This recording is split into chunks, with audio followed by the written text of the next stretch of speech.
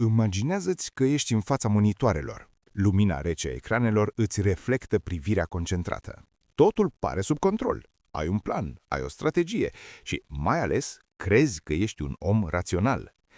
Dar, dintr-o dată, piața face o mișcare neașteptată. Simți cum inima începe să bată mai tare. Palmele devin umede, iar gândirea ta clară se evaporă instantaneu, lăsând loc unei urgențe oarbe. Mulți dintre noi am fost învățați că stăpânirea emoțională înseamnă control, ideea greșită că poți lua o emoție, o poți împinge deoparte sau o poți suprima. Însă când intri în arena tradingului, descoperi că acest animal emoțional care suntem noi funcționează după reguli complet diferite. Adevărul brutal este acesta. Nu suntem ființe raționale care au uneori emoții. Suntem ființe emoționale care, din când în când, raționalizează. Dacă vrei să înțelegi de ce planul tău de trading se prăbușește exact atunci când ai mai mare nevoie de el, ascultă cu atenție. Ceea ce urmează să afli îți va schimba radical modul în care privești ecranele. Trebuie să înțelegem un concept fundamental. Din punct de vedere neurobiologic, o emoție nu este doar un sentiment. Sentimentul este doar o mică parte, o componentă chimică pe care o resimți în corp. O emoție este în realitate un potențial de acțiune biologică. Ea coordonează activitatea între tine ca organism și mediul exterior, adică piața. Iată unde apare capcana.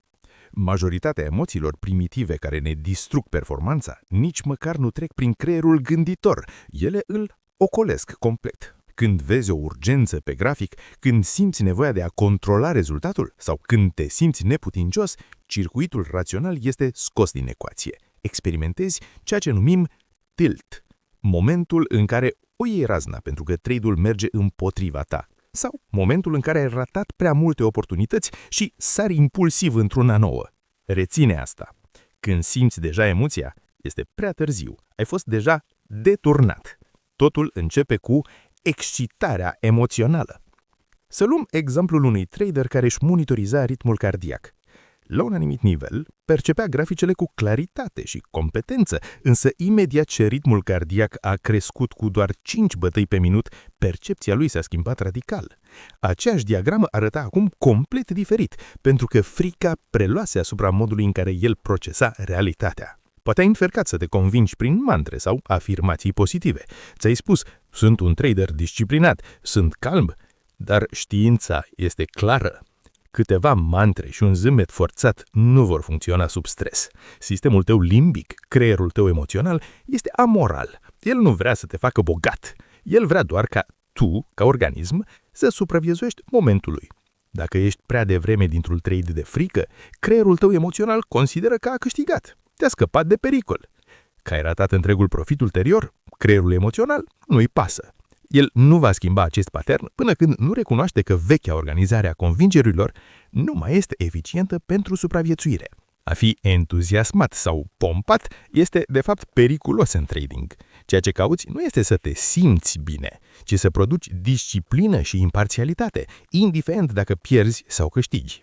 Adevărata maestrie apare atunci când nu te concentrezi pe rezultat, ci pe mintea pe care o aduci în fața provocărilor pieței. De ce este atât de greu? Pentru că, pentru sistemul nostru limbic, banii nu sunt doar cifre pe un ecran sau hârtii verzi. Banii au devenit o reprezentare modernă a puterii de a rămâne în viață. Sunt echivalentul capacității omului peșterei de a supraviețui iernii. Atunci când pierzi bani, creierul tău nu-l vede o pierdere financiară. Vede o amenințare la supraviețuire, o pierdere a valorii tale ca ființă. Se declanșează convingeri profunde, adeseori legate de nesiguranță. Ai nevoie de o schimbare de paradigmă, să treci de la banii ca supraviețuire la banii ca simplu instrument de execuție a unui plan. Drumul către profitabilitatea constantă nu trece prin evitarea fricii, ci prin confruntarea cu ea. Trebuie să mergi exact în locurile unde nu vrei să mergi, în acele părți întunecate ale tale care sunt dezvăluite de trading. Din acest întuneric vine marea lumină. Atunci când înveți să stăpânești acea parte adâncă a ta care apare în momentele de incertitudine, nu mai fugi pentru viața ta. În loc de reacția luptă sau fugi, vei adopta o stare de curiozitate și calm. Vei înțelege că, dacă îți urmezi regulile, ai cea mai mare șansă de a câștiga, iar creierul tău primitiv va începe în sfârșit să se adapteze.